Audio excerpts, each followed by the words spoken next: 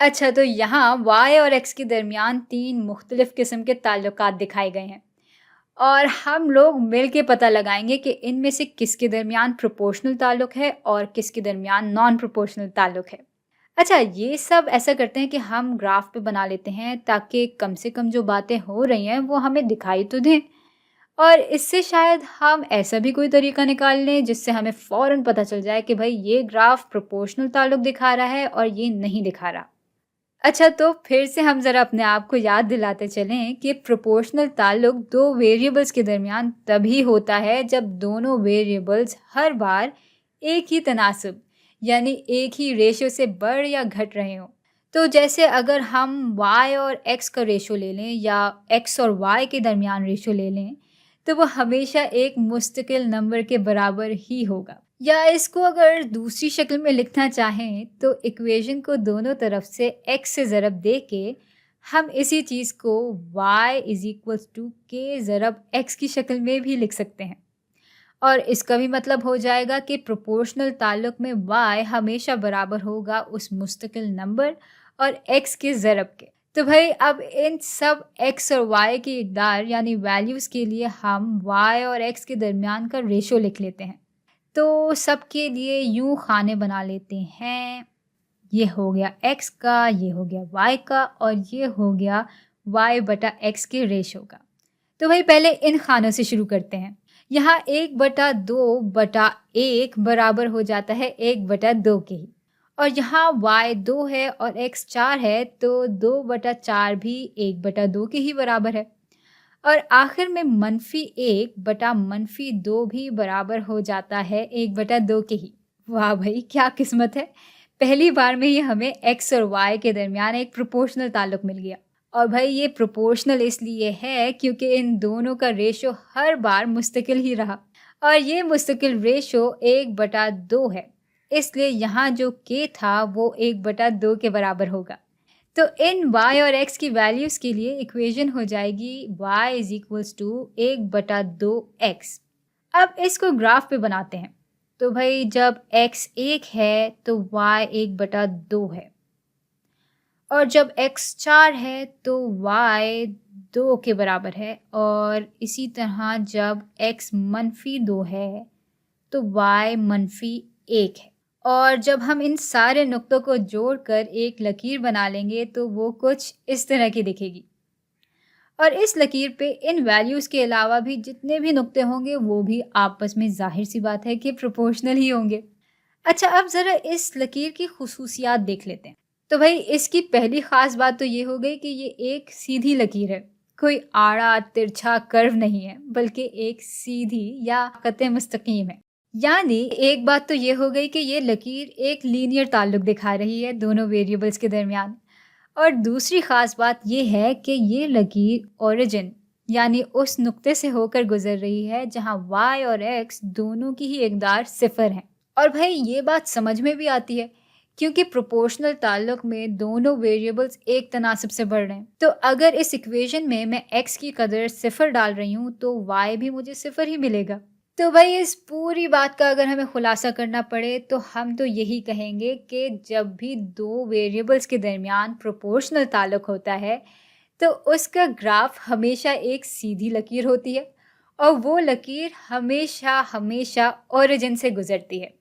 तो अब आगे बढ़ते हैं और इन इकदार को देख लेते हैं। यहाँ भी y और x का रेशो ले लेंगे तो ये हो गया 3/1 यानी 3 और 5/2 तो बिल्कुल भी 3 के बराबर नहीं होता। इसका मतलब ये है कि हमें और मेहनत करने की कोई ज़रूरत नहीं है क्योंकि जब रेशो मुस्तकिल ही नहीं है तो जाहिर है कि ये नॉन प्रोपोर्शनल ताल्लुक है। लेकिन चलें, हम फिर भी इसका रेशो लेके ग्राफ पे नुक्तों को बना के देख लेते हैं। तो -1/-1 बराबर हो जाता है -1 और जब इसको हम ग्राफ पे बनाएंगे तो जब x 1 है तो y 3 है और जब x 2 है तो y 5 है और यहाँ y और x दोनों -1 हैं तो इनका नुक्ता यहाँ बन जाएगा। हाँ, तो अब अगर हम इन नुक्तों को जोड़ लें और चलें ये भी तसव्वुर कर लेते हैं कि ये एक सीधी लकीर है तो हमारे पास ग्राफ कुछ इस शक्ल का बनेगा। हाँ, तो ये लीनियर तो ज़रूर है, लेकिन ये लकीर इस ओरिजिन से नहीं गुज़र रही। तो भाई अगर हमें कुछ भी नहीं दिया होता और सिर्फ़ ये ग्राफ़ दिया होता, तो तब भी हम ग्राफ़ को देख के बता देते कि ये प्रोपोर्शनल ताल्लुक तो कम से कम नहीं दिखा रही। भई बात असल में ये है कि कोई भी ग्राफ़ तभी प्रोपोर्शनल ताल्लुक दिखा रहा होगा अगर वो सीधी लकीर हो, और वो सीधी लकीर इस नुक्ते यानी जहाँ y और x की वैल्यू 0 है, उससे गुज़र रही हो। तो चलें तीसरा खाना भी देख लेते हैं।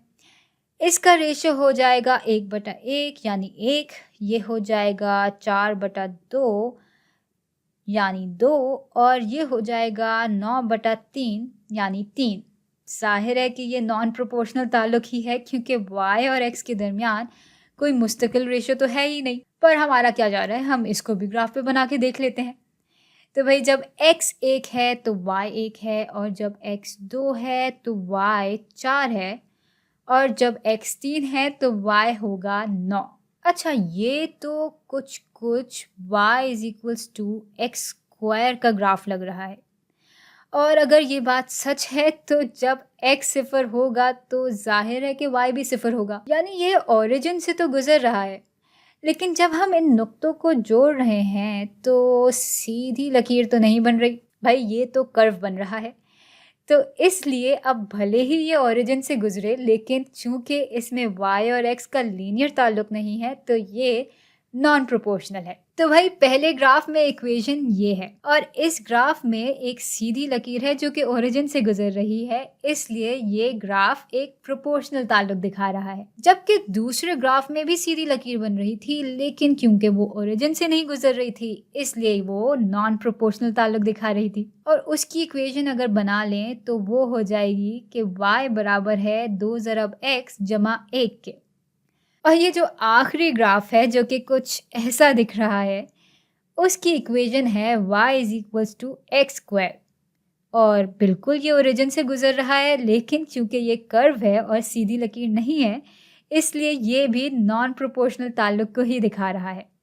तो भाई प्रोपोर्शनल ताल्लुक को हम रेशो की मदद से भी देख सकते हैं कि रेशो हमेशा मुस्तकिल रहता है उसमें, और उसको हम इक्वेशन की मदद से भी देख सकते हैं कि उसकी इक्वेशन हमेशा इस शक्ल की होगी कि y बराबर होता है एक मुस्तकिल नंबर और x के आपस के ज़रब के। और प्रोपोर्शनल ताल्लुक को हम ग्राफ की मदद से भी देख सकते हैं कि उसमें हमेशा एक सीधी लकीर हो जो कि ओरिजिन से गुजर रही हो।